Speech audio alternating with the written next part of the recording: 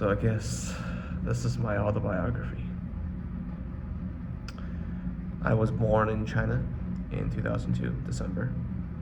And right now it would make me almost 20 years old soon.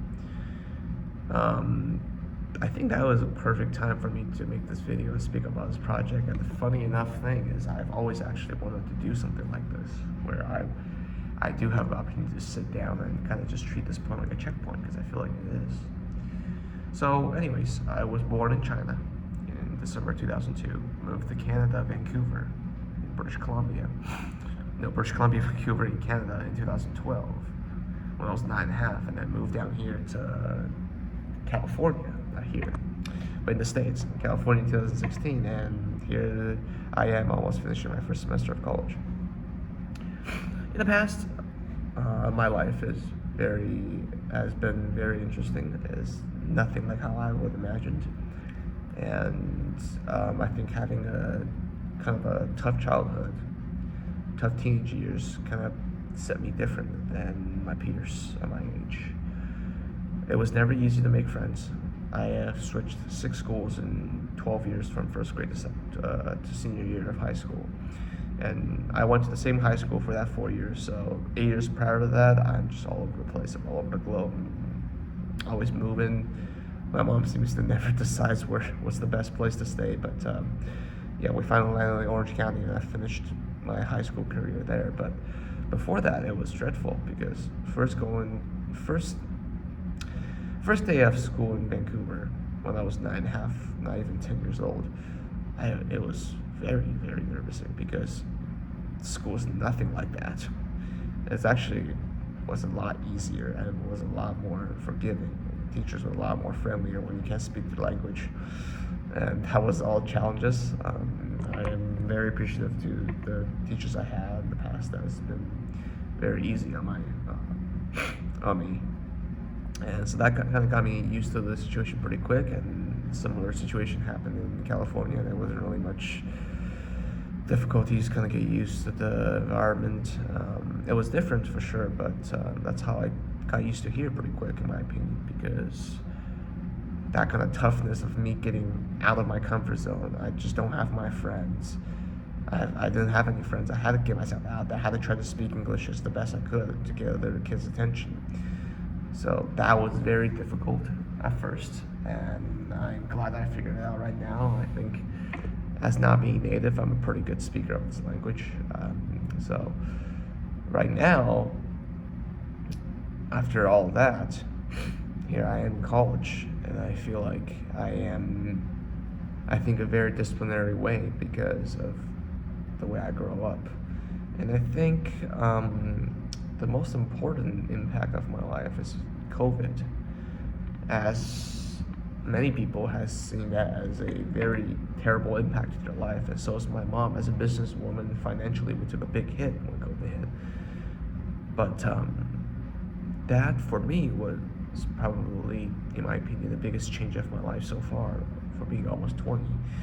And the time it happened, and with whatever it happened with, that taught me some lessons that I just could not have learned without going through what I went through. I remember, but right before COVID, I had the dream of becoming a professional golfer, pursue what I love, in the sport I love. And it didn't really hit me how much I wanted it until COVID. I think it was during the Easter break. Online school already started then. I think everything was closed during those 2 weeks. I was just sitting in my house on my bed doing nothing. That made me feel terrible. That made me feel like a zombie. After 2 full weeks just being in my house doing absolutely nothing, just on my bed, watching YouTube. God, the second I walk out of that house, I never want to go back in again. That's kind of the thing. Like, I've never liked being lazy. I've never liked being comfortable when I don't deserve it. I feel like if I've worked a hard day, I deserve to sleep well, and that's my reward for being good that day. But that just didn't happen. So yeah, after that, I've been practicing like crazy. I think that first month I was there, I think that first few months after the lockdown, when the golf courses finally opened out after 2 weeks, luckily golf courses weren't that enforced to shut down, so that was the lucky part. It was only closed for 2 weeks, but that 2 weeks made me miss it enough where for the next few months I'm there every single day, 6 a.m. to 6 p.m. That living that kind of life for the past 2-3 years now. Obviously, I don't do it every day 6 to 6, but I try my best with my schedule back home. But that taught me to think and have discipline on things. I never think I had, and I have to say I've been pursuing that schedule pretty good now. And coming into college was a hard decision because I never liked high school. I hate going to school. I hate the people. I hate the way education works in high school. But I have to say college is a good choice because I get to choose my classes based on what I like to do. It's not teachers being dictators and taking the best time of the day. That's what I really enjoy about college learning. You get to be whoever you want, whenever you want to do it. And now my life is pretty much on cruise control, in my opinion. I have everything down. I just gotta go do the job. I just gotta go do the work.